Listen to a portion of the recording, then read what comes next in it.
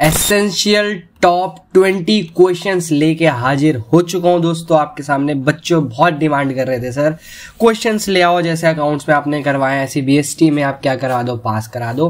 Business studies से अब डरने की जरूरत नहीं है। ये वीडियो देखने के बाद दोस्तों, इस क्वेश्चंस को करने के बाद आप इजिली क्रैक कर सकते हो यार, क्योंकि इजिली क्रैक करवा दूंगा आपका ये एग्जाम। ठीक है, क्रैक नहीं हो रहा भाई वो वाला एक अलग बात है, यहाँ पर हम क्रैक करवा देंगे भाई प्रॉपर आपका क्लास 11th बिजनेस स्टडीज का क्या पेपर। करना क्या है भाई, परफेक्ट एक एग्जाम गुरु की तरह मैं आपके सामने हाजिर हूँ। टोटल 20 क्वेश्चन डिस्कस करने वाले, जिसके अंदर जितने चैप्टर मैं कवर कर सकता था कर लिए, प्लस ये वो टॉपिक्स है जो कि आपको एसेंशियल करके ही जाने, मतलब ये क्वेश्चन है प्रॉपर। तो बिना टाइम वेस्ट करके यार क्वेश्चन के आंसर भी मैं आपको एक्सप्लेन करूंगा विद आंसर, सब कुछ मिलेगा आपको। कहां पर मिलेगा यार, CY कंसेप्ट में मिलेगा। क्वेश्चन नंबर फर्स्ट क्या कह रहा है, ध्यान से पढ़ेंगे और एक एक क्वेश्चन को समझेंगे। Difference between economic versus non economic activity में क्वेश्चन बनता है या आपको केस स्टडी में ये क्वेश्चन दे दे, तो उसके लिए आपको एटलीस्ट मीनिंग तो पता ही होना चाहिए। तो दोनों को हम मतलब डिफाइन करते हैं विद सॉल्यूशन, ध्यान से एक एक करके बात करेंगे। ठीक है, तो क्या है था, मीनिंग क्या है economic, those activity whose objective is to earn money to create wealth, यानी वो एक्टिविटी ऐसी चीजें जहां पर आप मनी के पर्पज से काम करते हो। किसके पर्पज से काम करते हो भाई, मनी के पर्पज से। आगे बात समझ now. Non economic activities whose aim to not earn money but satisfied social, psychological, emotional needs, for example love, sympathy, इस टाइप की, यानी देशभक्ति हो गई आपकी। यानी आप चेक करो यहां पर आप मनी के लिए काम नहीं करते। तो पहला मीनिंग तो आई थिंक क्लियर हो गया होगा। वो सारी चीजें जहां पर आप पैसों के लिए काम करते हो वो इकोनॉमिक एक्टिविटी होता है। नॉन इकोनॉमिक एक्टिविटी वो एक्टिविटी जहां पर आप पैसे के लिए काम नहीं करते। इसके अंदर 3 मेन आप पढ़ते हो, बिजनेस आपका, प्रोफेशन, प्लस में एम्प्लॉयमेंट। ये सारी इकोनॉमिक एक्टिविटीज होती हैं, इसमें केस स्टडी का क्वेश्चन बनता है, तो ध्यान रखना। नॉन इकोनॉमिक में अंदर सारा ऑब्जेक्टिव क्या होता है, main aim is to generate good और सर्विस टू अर्न प्रॉफिट, यानी ज्यादा क्या कर सके, गुड्स एंड सर्विस को बेच के इधर उधर दे के प्रॉफिट कमाए। यहां पर है मेंटल सेटिस्फेक्शन, यहां पर जहां पैसों के लिए काम नहीं करते। एग्जाम्पल देख लेते हैं इनके। People working in a factory, किसके लिए काम कर रहा है भाई, पैसे के लिए, अपनी दिहाड़ी के लिए काम कर रहा है। Cooking food in a restaurant, में जो खाना बन रहा है वो बेसिकली वो बंदा है जो कुक है, शेफ है, सैलरी के लिए काम कर रहा है। एक टीचर टीचिंग कर रहा है, वो स्कूल में वो पैसे के लिए काम कर रहा है। That is all are economic activity. But a housewife is cooking food for her family, अपनी अगर एक लड़की है जो कि घर पे खाना बना रही है अपनी फैमिली के लिए, उससे क्या ही मिलेगा, उसको पैसा नहीं मिलेगा। Teacher training is daughter at the home, यानी एक टीचर है जो कि अपनी बेटी को पढ़ा रहा है या ट्रेन कर रहा है टीचिंग करने के लिए। That is non economic activity. I think clear हो गया होगा। जितना बेस्ट एक्सप्लेन कर सकता हूं मैं एक्सप्लेन करूंगा आपके लिए, ताकि आपका एग्जाम भाई फोड़ के आओ आप। ठीक है, क्वेश्चन नंबर 2, ये भी चैप्टर 1 से ही लिया है हमने। What are the social objective of business. Economic objective भी है और सोशल भी है। यहां पर हमने सोशल की बात करी, इकोनॉमिक मैंने इंपॉर्टेंट क्वेश्चंस के अंदर डाल दिया। प्लस फर्स्ट टाइम वीडियो पे आ रहे हो यार, आपके टॉप 20 MCQ का एक वीडियो चला गया है, सिंस प्रॉपर वीडियो में अपलोड कर दिया गया है मैंने। प्लस में इंपॉर्टेंट टॉपिक्स का एक वीडियो अपलोडेड है और सैंपल पेपर की 2 वीडियोज हैं, पार्ट 1 पार्ट 2 विद सॉल्यूशन बात करिए। उनको जरूर देखना मत भूलना भाई, और दोस्तों के साथ शेयर कर देना। ठीक है, क्यों इसलिए कह रहा हूं भाई, क्योंकि मेहनत करी है दोस्त। 52 पेज आप देख पा रहे होगे, यहाँ पर आपके क्वेश्चंस अरेंज करे जाते हैं कि ढूंढा जाता है। तो यार इतना तो हक बनता है कि मैं आपसे इतना तो डिमांड कर सकता हूँ। ठीक है, चलो अब इनके आंसर बात करते हैं। जब मैं बात करता हूँ सोशल ऑब्जेक्टिव, सोशल ऑब्जेक्टिव का मतलब क्या होता है, ऐसे ऑब्जेक्टिव यानी जो आप विदाउट मनी के अलावा भी कुछ बिजनेस के मतलब कुछ रिस्पॉन्सिबिलिटीज होती है जो करनी होती है। सबसे पहला, good quality product at the fair price, यानी आपको जो भी प्रोडक्ट है बेटर अपने कस्टमर्स को फेयर प्राइस पे, सस्ते प्राइस में देना है। यानी the first social objective of business is to provide better quality product at the provide better quality reasonable price in proper quantity, वो भी कंज्यूमर को देनी है। अवॉइडेंस ऑफ एंटी सोशल या unfair trade practice. Unfair practice का मतलब कि जो हम भाई कम तोलते हैं, ब्लैक मार्केटिंग करते हैं, ये सब नहीं करना यार कंज्यूमर के साथ में, क्योंकि कंज्यूमर भगवान होता है बिजनेस के लिए, समझ रहे हो ना। अगला जनरेशन ऑफ एम्प्लॉय, यानी आप क्रिएशन भी लिख सकते हो। आप क्या करते हो, जहां भी बिजनेस ओपन करते हो, ऑब्वियस सी बात है वहां के लोगों को रोजगार मिलेगा, एम्प्लॉयमेंट मिलेगा। क्यों मिलेगा, बिकॉज ऑफ बिजनेस। तो ये 3 पॉइंट्स है।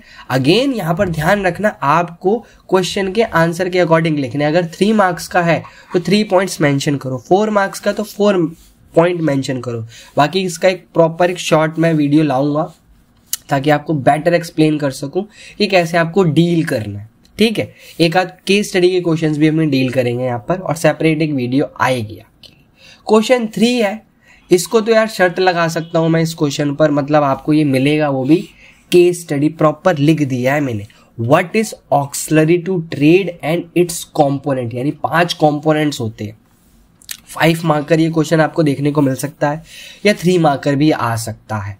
क्या होता है इसका मतलब देखते हैं विद सॉल्यूशन। बाकी स्क्रीनशॉट ले लेना बढ़िया से, क्योंकि सब कुछ आपके लिए अरेंज कर रखा है।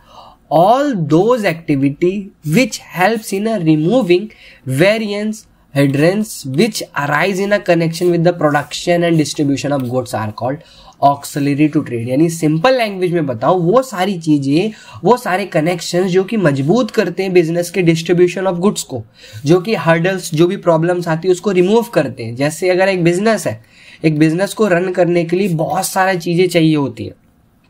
ट्रांसपोर्टेशन हो गया, पैसा लगता है, एडवर्टीजमेंट लगता है, यहाँ से वहाँ सामान जाना आना, ये सारी क्या कहलाती है, auxiliary to trades.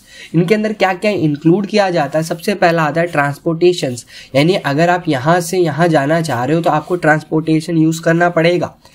As well as communication का भी एक आपके पास क्या होना चाहिए, माध्यम होना चाहिए, मे बी ऑनलाइन हो या ऑफलाइन होना चाहिए। यानी आपका अगर गुड्स दिल्ली में बन रहा है तो उसका रॉ मटेरियल कहीं और से आता होगा, उसके लिए ट्रांसपोर्टेशन चाहिए, वो जरूरी है। दूसरा, बैंकिंग, फाइनेंस, ये भी जरूरी है, क्योंकि बिजनेस विदाउट मनी बिजनेस तो एग्जिस्ट ही नहीं कर सकता ना भाई।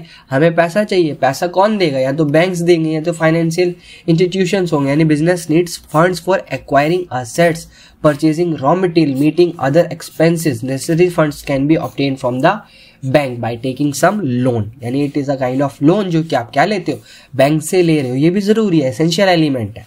थर्ड आइटम आता है दैट इज इंश्योरेंस। यानी हर एक कंपनी, हर एक business need to be insure, यानी उसको इंश्योर कराना चाहिए, यानी इंश्योरेंस करवा लेना चाहिए अपनी गुड्स का, ताकि कवर कर सके अपने लॉस ऑफ गुड्स को। ये भी बहुत इंपॉर्टेंट हो जाता है। चौथा, वेयर हाउसिंग। वेयर हाउसिंग का सिंपल मतलब होता है दोस्त भंडारण, हिंदी में बोला जाता है, इंग्लिश में वेयर हाउसिंग, यानी जहां पर स्टोर करके रखते हैं। आप चेक करो, हमारे पास अभी के टाइम पे आपको व्हीट भी मिल जाता है, राइस भी मिल जाता है, बट हमें पता है इनका जो प्रोडक्शन होता है ये 6 मंथ का टाइम पीरियड होता है, बट ये पूरे साल कैसे अवेलेबल है, बिकॉज ऑफ वेयर हाउसिंग। यहाँ पर स्टोर करके रखा जाता है। There is a generally a time lag between the production and consumption of a goods. This problem can be solve by storing the goods in a warehouse from the time to production till the time they are demanded by the customer. यानी मतलब proper store करके रख लोगे, ताकि कोई भी customer, कोई भी कंज्यूमर मांगता है उस गुड्स को, तो आप स्टोर अमाउंट से निकाल के उस गुड्स को क्या कर सकते हो, सप्लाई कर सकते हो। ठीक है। फिफ्थ आइटम होता है that is last, that means advertisement. एक एडवर्टीजमेंट बहुत ही इंपॉर्टेंट होता है बिजनेस के लिए, क्योंकि advertisement brings goods and service to the knowledge of a prospective buyer. यानी जो बायर है मेरे पास, अगर आप चेक करो वर्ल्ड में, सारे तो मेरे कस्टमर्स नहीं होंगे, सारे तो मेरा यूट्यूब चैनल नहीं देखते होंगे ना। मेरे को इंगेज करना पड़ेगा। मैं सिर्फ किन पर्सन्स को, किन स्टूडेंट्स को इंगेज कर सकता हूँ, दैट इज कॉमर्स, जो कॉमर्स से बिलोंग करते हैं। तो वहां तक रीच बढ़ाने के लिए मेरे को क्या करना पड़ेगा, एडवर्टीजमेंट करवाना पड़ेगा। ठीक इसी तरह से कोई बिजनेस है, उसको भी क्या करना पड़ेगा, एडवर्टीजमेंट करवाना पड़ेगा अपनी, ताकि उसकी रीच उन कस्टमर तक जाए जहां तक वो जिस सामान को क्या करना चाहती है, प्रोवाइड करना चाहती है। आगे बात समझ क्लियर है दोस्त? कोई भी डाउट रहेगा तो आप जरूर बताना, मैं पूरी कोशिश करूंगा आपको अच्छे से समझा सकूं एक एक क्वेश्चन। अगला क्वेश्चन हमने केस स्टडी टाइप से बनाया है, ताकि हम थोड़ा सा आपको एक नॉलेज दे सके कि केस स्टडी के क्वेश्चन जब आते हैं तो उनको कैसे डील करना होता है। जब भी केस स्टडी का आपके पास क्वेश्चन आएगा, सबसे पहले आपको इंश्योर करना है कि आप पहले क्वेश्चन पढ़ो नीचे वाला। Teaching in a college by miss Meena refers to which type of human activity, यानी जो वो मिस मीना है वो कौन सी ह्यूमन एक्टिविटी करती, आगे बात समझ, कौन सी ह्यूमन एक्टिविटी करती है ना। Miss Meena is a lecturer in a college, ठीक है, she gets 72,000 per month as a remuneration, that means salary, ठीक है, कंफ्यूज नहीं होना ना। Mister Kunal is a farmer producing 20 quintal of wheat for his own consumption, यानी वो जो पर्सन है अपने खुद की कंजम्पशन के लिए इतनी क्वांटिटी बनाता है, ठीक है, and 200 quintal for sale for miss Kirti, ठीक है, मतलब बाकी 200 क्विंटल सेल के लिए बनाता, बाकी अपने लिए personal. Now miss Kirti is a journalist in a agency teach slums children after her office hour. She does not charge anything from them. That means she is doing for his mental satisfaction, यानी social welfare type कर रही है ना. Teaching in a college by Miss Meena refers to which type of human activity? वो she is engaged in a economic activity. वो किस activity में? Economic activity में, क्योंकि वो पैसे के लिए काम कर रही है. ठीक है, किसके लिए काम कर रही है दोस्त? पैसे के लिए काम कर रही है. आगे बात समझना. Production of wheat by mister Kunal for his own consumption क्या होगा? Refers to in which human activity and why. कौन सी एक्टिविटी में आएगा? आप चेक करो, वो भी प्रोडक्शन कर रहा है, यानी basically it is a kind of economic activity है. क्यों? क्योंकि वो बेच भी रहा है. और इकोनॉमिक के अंदर किसके अंदर है? वो अपने एक बिजनेस के अंदर है, जहां पर वो खुद का बिजनेस कर रहा है. समझे दोस्त, किस टाइप से आपको आंसर देना है, आपको क्वेश्चन समझना है. उसके लिए अगर हम चेक करो, अगर आपको बेसिक नहीं पता होगा चैप्टर्स का, उस तो आप केस स्टडीज नहीं कर पाओगे.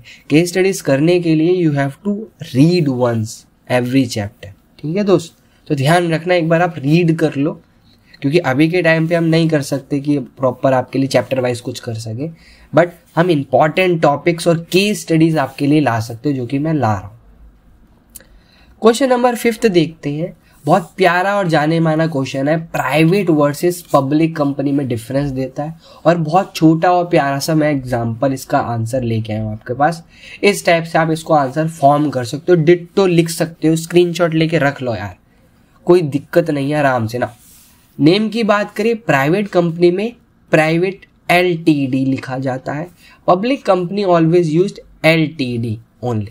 नंबर ऑफ मेंबर, इसका एक MCQ में क्वेश्चन बन जाता है, तो ध्यान रखना क्या है भाई. Minimum we have 2 members in a private company, but max 200 जाएंगे. ठीक है, मिनिमम यहां पर 7 चाहिए, बट मैक्सिमम की there is a no limit. समझ गए.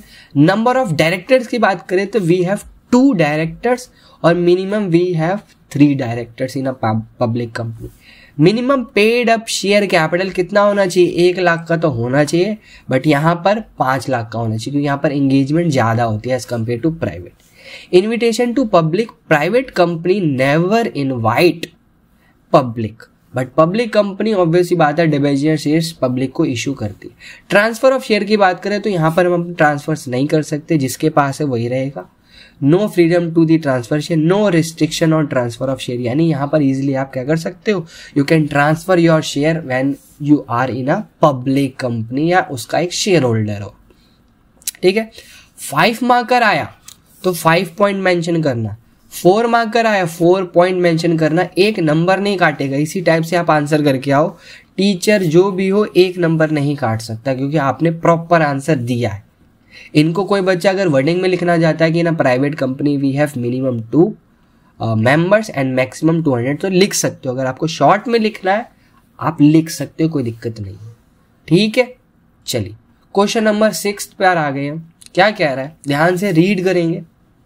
पहले क्वेश्चन, जैसे मैंने बताया, पहले क्वेश्चन पढ़ना है.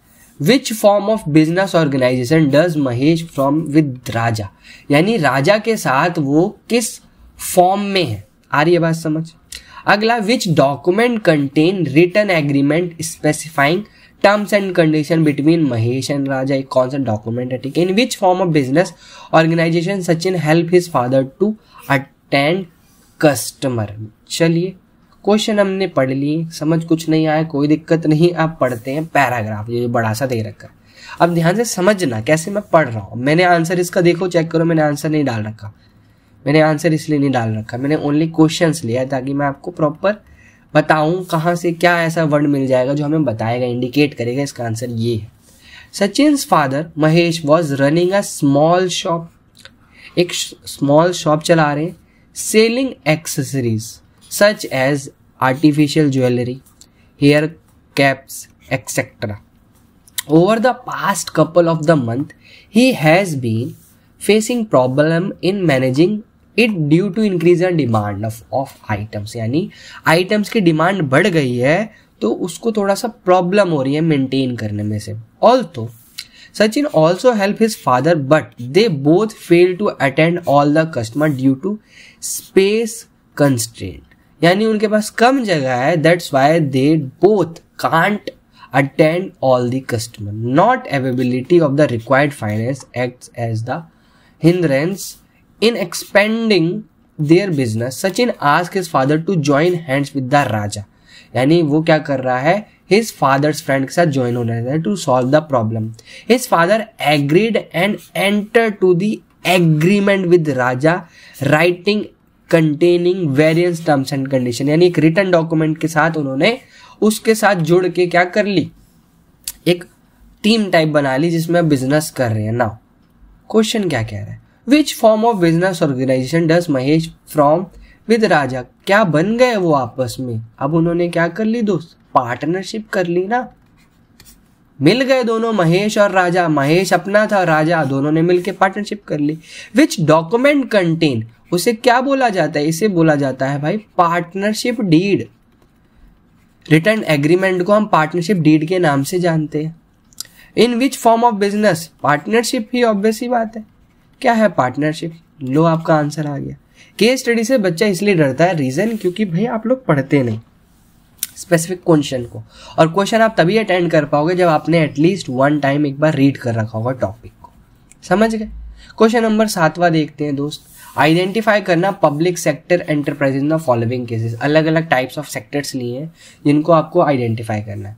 Government wishes to bring its own enterprises so that it can compete with the private sector, compete with private sector. यानी गवर्नमेंट चाह रही है एक एंटरप्राइजेस लाए जहां पर वो प्राइवेट कंपनी को कॉम्पिटिट कर सके, यानी उनसे कॉम्पिटिशन कर सके। आइडेंटिफाई करना भी देखेंगे। Enterprise requires special power to fulfil a particular purpose for social causes, के लिए काम करना है यानी समाज के लिए ना। Enterprises required to provide public utilities and control monopoly of private sector in the public interest. Private sector में होते हुए बट किसके इंटरेस्ट में, पब्लिक के इंटरेस्ट में। तो चेक करते हैं एक एक करके इनके आंसर। सबसे पहला है that is your government company. क्यों गवर्नमेंट कंपनी, क्योंकि स्टार्टिंग में ही बोला गया government wishes to bring its own enterprise, यानी गवर्नमेंट खुद की एक कंपनी लाना चाहता है ताकि वो प्राइवेट से कॉम्पिटिट कर सके। अगला है एंटरप्राइजेस रिक्वायर स्पेशल पावर्स, और जो कि आपको कहाँ मिलती है, स्टैच्यूटरी कॉर्पोरेशन के लिए, जहां पर आप पब्लिक प्राइवेट का देख के चलते हो। और लास्ट है मेरा डिपार्टमेंटल अंडरटेकिंग, जहां पर बोला गया क्वेश्चन में कि enterprises require to provide public utility and control monopoly of private sector, दोनों को करके चलना है, बट जो रहेगा किसके इंटरेस्ट में रहेगा, पब्लिक के इंटरेस्ट में। ठीक है, इस टाइप के क्वेश्चन की स्टडी में मिल सकते हैं।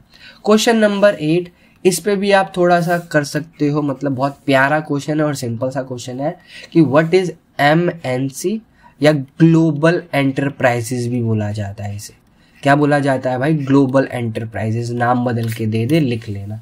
एक्सप्लेन करना है सम फीचर्स, एक्सप्लेन का स्पेलिंग मिस्टेक है भाई, ठीक है, पहले बता दे रहा हूँ कमेंट करने से पहले आपको।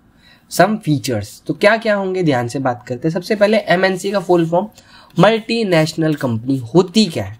मल्टीनेशनल नाम से पता चल रहा है एक नेशन में होके ये अलग अलग नेशन के साथ, अलग अलग देशों के साथ डील करता है, यानी may be defined as a company that has business operation in a several country by having its factors, branches, office in those country, but it has to headquarter in this that country where it is a incorporated, example Coca-Cola, Sony, Reebok etc. यानी उसका जो head branch होगी वहीं पर ही होगी जहां पर उसने प्रॉपर रजिस्ट्री वगैरह करा रखी है, उसी चीज को हम मल्टीनेशनल कंपनी बोलते हैं। इसके कुछ एग्जांपल्स हैं हमारे पास, कोको कोला होगी, सोनी होगी, रीबॉक होगी। आई बात समझना हो। फ्यू फीचर्स डिस्कस कर लेते हैं। सबसे पहले ह्यूज कैपिटल रिसोर्स चाहिए होता है, यहाँ पर आपको बहुत पैसा लगता है। इंटरनेशनल ऑपरेशंस होते हैं, क्योंकि ये जो है भाई अलग अलग फैक्ट्री पूरे देशों में काम करता है, हर जगह दुनिया का पैसा खर्चा होता है। दूसरा, सेंट्रलाइज कंट्रोल होता है, एक ही एमएनसी जो हेडक्वार्टर होगा मेन, वही सब कुछ डील करेगा। फॉरिजन कोलैबोरेशन, यानी पूरे विश्व से आप क्या करते हो, कोलैबोरेशन करते हो, मिल के सामान को इधर से उधर टेक्नोलॉजी भेज रहे हो, जो कि आप फायदा है। जैसे चेक करो, हम आईफोन चला रहे हैं, जो हमारे पास आईफोन चला रहे हैं हम, हमारे पास इस आईफोन का बन तो अमेरिका में रहा है, बट हमारे पास है ना बिकॉज ऑफ एमएनसी, क्योंकि वो हर जगह प्रोवाइड कर रही है। पांचवा टॉपिक जो कि हमें फायदेमंद है, दैट इज एडवांस टेक्नोलॉजी मिल रही है। आज चेक करो, आज इंडिया जो पहले 2010 में था, आज 2024 चल रहा है, 14 साल का अंतर है, और अब इंडिया अपडेट हो चुका है, बहुत सारी नई नई चीज़ें आ गई हैं। फोन्स हो, टेक्नोलॉजी हो, कार्स हो, हर एक चीज़ में हमारा एजुकेशन सिस्टम देख लो, बहुत चेंजेस हुए हैं। इतना नहीं कह सकते बट हुए हैं कुछ ना कुछ तो, ठीक है। चलो क्वेश्चन नंबर 9, ये भी बहुत इंपॉर्टेंट टॉपिक है और पूछा जाता है हमेशा। ट्रिपल पी के नाम से बोला जाता है, पब्लिक प्राइवेट पार्टनरशिप। होता क्या है दोस्त, सिंपल सा डिफाइन कर देता हूँ।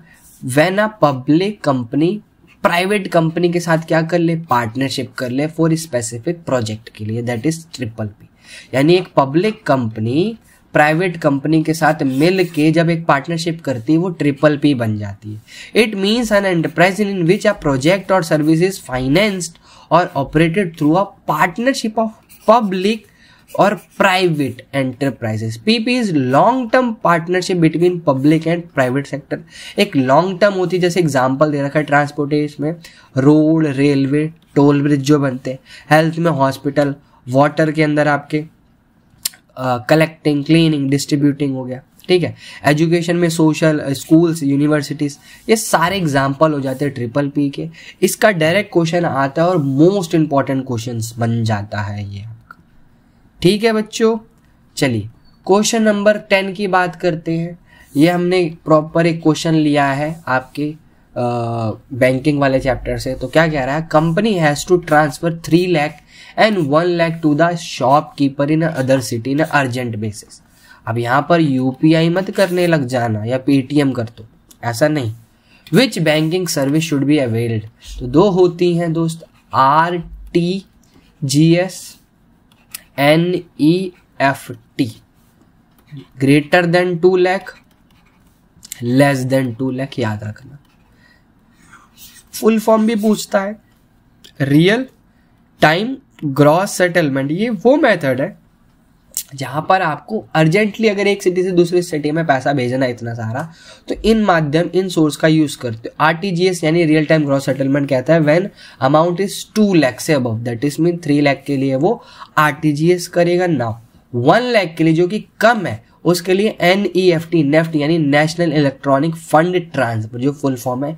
MCQ में पूछ सकता है, ध्यान रखना और चेक करके आना क्वेश्चन आता है कि नहीं, फिर बताना मेरे को, ठीक है। चलिए क्वेश्चन नंबर 11 बहुत प्यारा है। यहां से केस स्टडी आएगी, मैं फुल्ली एक्सप्लेन करूंगा एक एक प्रिंसिपल है। तो 7-8 प्रिंसिपल्स हैं, बट मैं कुछ प्रिंसिपल्स लाया इंश्योरेंस के। एटमोस्ट, गुड फेथ के बाद में बात करेंगे, इंडिमिनिटी, कॉन्ट्रीब्यूशन और सब्रोगेशन। इन सब के बारे में एक एक करके फुल्ली डिटेल के अंदर मैंने लिख रखा है। बात करते हैं शॉर्ट के अंदर, बढ़िया से समझते हैं। एट मोस्ट गुड फेथ क्या कहता है, according to this principle both parties of every insurance contract, insure and uninsured, दोनों को आपस में क्या होना चाहिए, फेथ होना चाहिए, ट्रस्ट होना चाहिए। That means they should not hide any fact और relevant information in a insurance policy from each other. If it is done, the contract become void and terminated. Void means, that means empty या खाली हो जाएगा, यानी break कर दिया जाएगा, उसका आपको कोई क्लेम नहीं होता अगर इंश्योरेंस में, अगर आप ऐसा करते हो। जैसे क्या कहना चाह रहे हो, एग्जाम्पल से समझते हैं। और for example, if a person hide his disease while taking policy on the death due to that disease, insurance company can refuse to pay anything because he has break at most good principle. उसने trust break किया है और इस principal को break करा है, उसको नहीं माना, तो तो ये प्रिंसिपल जब भी आ जाए इस टाइप में केस स्टडी, ध्यान रखना ये तब लिखोगे जब आपने कोई बात छुपाई। मेनली ये हेल्थ के अंदर आ जाता है, हेल्थ इंश्योरेंस कराते हैं ना, वहाँ पर आपने कोई बात छुपाई, आप अपना हेल्थ इंश्योरेंस करवा रहे हो, अपनी बीमारी छुपा ली आपने, तो ध्यान रखना मोस्ट इंपॉर्टेंट प्रिंसिपल बन जाता है। अगला प्रिंसिपल इंडिमिनिटी क्या कहता है? This principle states that insurance will be compensated for actual loss of the amount of policy, यानी जितना लॉस हुआ है उतना ही दिया जाएगा। दैट मीन्स क्या कह रहा है, एग्जाम्पल से समझाता हूँ। You have ensure your goods of 1 lakh. आपने कंपनी, मान लो ABC कंपनी है जिससे आपने 1 लाख का इंश्योरेंस कराया गुड्स का, and goods costing 60,000 are destroy by fire, the company will pay only 60,000, यानी कंपनी आपका 60,000 ही देगी। अगर मान लो आपका कितना नुकसान हुआ, 1.5 लाख का लॉस हुआ, तो company will pay only 1 lakh in this time, यानी आपने जितने का इंश्योरेंस कराया उतना ही मिल जाएगा आपको। अगर उससे ज्यादा का लॉस हुआ, उससे कम का हुआ है तो कुछ नहीं मिलेगा। जैसे इस केस में चेक करो, 60,000 दे रहा है, 40,000 अब नहीं देगी कंपनी आपको। यहां पर आपका 1.5 लाख का नुकसान होने पर company will pay only 1 lakh, क्योंकि आपने कितने की पॉलिसी ली थी? 1 लाख की ही ली थी। तो ये कहता है भाई इंश्योरेंस से कभी आप बेनिफिट नहीं अर्न कर सकते, आपको उतना ही मिलेगा, उतना ही कंपनसेट करेगा जितना जायज है। समझ गए? ध्यान रखना, एग्जाम्पल से बेटर समझ आएगा। अगला है कंट्रीब्यूशन, इसके बहुत ज्यादा चांसेस है, इसको स्टार मार्क कर लेना, बहुत इंपॉर्टेंट है। क्या कहता है ये? According to this principle if a person has taken more than 1 policy for same subject matter, यानी मान लो एक पर्सन है जिसने अपना इंश्योरेंस डिफरेंट कंपनी से करा लिया एक चीज का, और वो सोच रहा है वो हर एक से क्लेम ले ले, बट ऐसा नहीं होता। तो क्या होता है समझेंगे एग्जांपल से। A businessman gets his shoe factory insured of ₹50,000 from insurance S, 60,000 से आपने टी से, ड्यू टू फायर, यानी आपने एस और टी इससे 50,000 का करवाया है और इससे 60,000 का कराया है, सेम चीज का इंश्योरेंस ना। ड्यू टू फायर लॉस हुआ 22,000 का, कितने का? 22,000 का ना। ये जो 22,000 का नुकसान हुआ है, एस और टी विल कंट्रीब्यूट प्रोपोर्शनली, यानी ये जो 22,000 है दोनों नहीं देंगी, इसको बांट के देंगी कंपनी। कैसे बांटेंगी ध्यान से देख लो। जो जितने का इंश्योरेंस करवा रखा था एस से, और टोटल जो इंश्योरेंस हो रखा है 50 और 60 मल्टीप्लाई बाय 25, जितने का लॉस हुआ 10,000। सेम इसी टाइप से आप निकालोगे 12,000, यानी कंपनी विल पे 22,000 बट प्रोपोर्शनली, यानी जितने जितने अमाउंट का रेशियो लिया है उसके हिसाब से कराओगे आप। ठीक है दोस्त, ध्यान रखना, बहुत इंपॉर्टेंट है।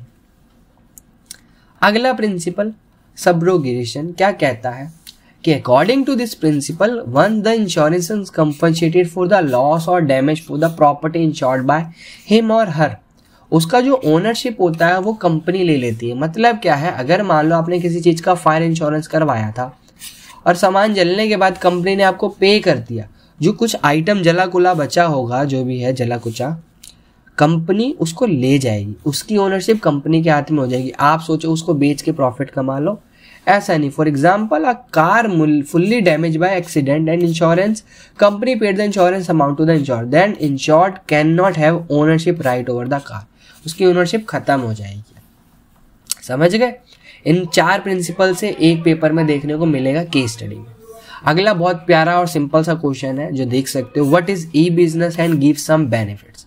तो ई बिजनेस क्या होता है दोस्त? तो e business short of electronic business refers to the conduct of business process and transaction using internet and other electronic means। that means क्या कह रहा है, ई बिजनेस यानी जो ऑनलाइन सारी कहानी चलती है, जो ऑनलाइन बिजनेस चलते हैं वो ई बिजनेस के नाम से जाने जाते हैं। अब इसके क्या फायदे हैं? तो फायदा देख लो, वर्ल्ड वाइड रीच होता है, मिडल मैन्स को जो बिचौली उनको हटा देते हो, डिस्ट्रीब्यूशन बहुत ईजी होता है, पैसा कम लगता है, आसानी से अपने नए नए प्रोडक्ट लॉन्च कर लो, मूवमेंट टुवर्ड्स पेपरलेस सोसाइटी जहां पर आपका कागज वगैरह ये सब कम खर्चा होता है। समझ गए? तो ये पॉइंट है, ये टॉपिक्स हैं, ये पूछ सकता है पेपर में, ध्यान रखना। ठीक है, क्वेश्चन नंबर 13 में मूव कर रहे हैं, जहां पर एक क्वेश्चन लिया, ये सैंपल पेपर में भी करवाया था मैंने, ट्रेडिशनल और ई बिजनेस के अंदर डिफरेंस पूछता है। तो क्या होता है, ट्रेडिशनल बिजनेस जो कि पारंपरिक बिजनेस चल रहे हैं, इजी फॉर्मेशन की बात करिए डिफिकल्ट होता है, ये सिंपल होता है ऑनलाइन करना। फिजिकल प्रेजेंस इसमें रिक्वायर्ड है, नॉट रिक्वायर्ड। लोकेशन यहाँ पर होनी चाहिए बट एनीवेयर कहीं भी हो सकता है। सेटिंग ऑफ का जो कॉस्ट आएगा बहुत ज़्यादा लगता है बट ऑनलाइन में लो। ऑपरेटिंग कॉस्ट हाई और लो होता है। नेचर ऑफ कॉन्टैक्ट यहाँ इनडायरेक्ट होता है, यहाँ डायरेक्ट करते हो, ठीक है। इंटरनल कम्युनिकेशन की हायरार्की फॉलो करते हो, यहाँ पर टॉप मिडल लोअर चलता है, इस टाइप से एक हायरार्की फॉलो की जाती है। यहाँ पर डायरेक्ट कॉन्टैक्ट करो। Response time of meeting customer is long but it is instant. आपने रिप्लाई भी, मान लो आप अमेजोन से बात करना चाहते हो, कस्टमर केयर से कॉल लगाओ, तुरंत बात करो, that is your E business, ठीक है। 14 क्वेश्चन नंबर, सोशल रिस्पॉन्सिबिलिटी वाले चैप्टर से इसका आप फर्रा भी बना सकते हो और मैंने आपके लिए बना के दिया है, दिखाता हूँ। डिफरेंट ग्रुप्स के लिए डायरेक्ट क्वेश्चन बनता है इस चैप्टर से। इस चीज को आप प्रॉपर स्क्रीनशॉट लेके रख सकते हो। इसमें सारी जितनी रिस्पॉन्सिबिलिटी सबके, कम्युनिटी के लिए, गवर्नमेंट के लिए, शेयर होल्डर्स के लिए, वर्कर्स के लिए, कंज्यूमर के लिए, इंटरेस्टेड ग्रुप्स यही होते हैं 5, सबके लिए दे रखी है। एक्सप्लेन भी करूंगा धीरे धीरे एक एक करके सबको, ठीक है। अब बोलेंगे पहला ऐसा यूट्यूब पर टीचर है जो कि फर्रे के लिए भी देता है, कोई दिक्कत नहीं है भाई, आपको हमें पास कराना है। तो शेयर होल्डर्स के लिए सबसे पहले फेयर और रेगुलर रिटर्न मिले, इन्वेस्टमेंट की सिक्योरिटी हो जाए, फाइनेंशियल पोजीशन की स्ट्रेंथ बना के रखे, सेफ्टी गार्ड दे उसकी एसेट्स के लिए, ये शेयर होल्डर्स के लिए रिस्पॉन्सिबिलिटी होती है एक बिजनेस की। अगला, वर्कर्स के लिए कंपनसेशन दे अच्छा खासा, सेफ वर्किंग कंडीशन जहां वो सुरक्षित काम कर सके और डेवलपमेंट सेंस मिले जहां पर वो खुद का डेवलपमेंट कर सके वर्कर्स। कंज्यूमर के लिए सबसे पहले रीजनेबल प्राइस में सामान दो यार, सप्लाई ऑफ प्रोडक्ट अच्छे से करो रेगुलर बेसिस में और न्यू से न्यू प्रोडक्ट लाते रहो ताकि कस्टमर का इंटरेस्ट बना रहे। गवर्नमेंट के लिए हॉनेस्टली टैक्स पे करो, रूल्स को ब्रेक नहीं करो और to avoid corrupting government employees को, मतलब करप्ट नहीं करना। अगला, कम्युनिटी के लिए यानी सोसाइटी के लिए एम्प्लॉयमेंट जनरेशन करना, environment friendly products banana, weaker section of society पर अपलिफ्ट करना, इस टाइप के हो गए कम्युनिटी से रिलेटेड। सप्लायर यानी जो उनको सामान देता है, फेयर और रेगुलर टाइमली पेमेंट करना उनकी, फेयर डीलिंग करना उनके साथ, हेल्प करना इम्प्रूव क्वालिटी प्रोडक्ट्स में, ये नहीं कि उनसे आप प्रॉफिट अर्न करने की सोचो। 16 क्वेश्चन है भाई, इक्विटी वर्सेस प्रेफरेंस का एक क्वेश्चन आ जाता है और बहुत सिंपल और शॉर्ट में हम आपके लिए लाए हैं। तो क्या कहता है भाई, इक्विटी शेयर्स में डिविडेंड क्या होता है, पेड होता है, प्रायोरिटी बट इक्विटी से पहले प्रेफरेंस को दी जाती है, वोटिंग राइट यहाँ मिलेगा यहाँ नहीं मिलेगा, रिस्क भाई यहाँ लोगे क्योंकि ओनर हो, यहाँ नहीं मिलेगा, रिटर्न ऑन इन्वेस्टमेंट प्रॉफिट होता है, यहाँ डिविडेंड होता है, कंट्रोल मैनेजमेंट में होता है, यहाँ कुछ कंट्रोल नहीं मिलता क्योंकि प्रेफरेंस शेयर लिया है, जस्ट आपने पैसा देके काम खत्म कर लिया अपना, ठीक है। क्वेश्चन 17 17वां प्यारा सा क्वेश्चन है, क्या कह रहा है, Madhu limited is a company manufacturing garments for children, it has been consistently earning good profit for many years, ठीक है। This year too it has been able to generate enough profit, there is availability of enough cash in a company, ठीक है।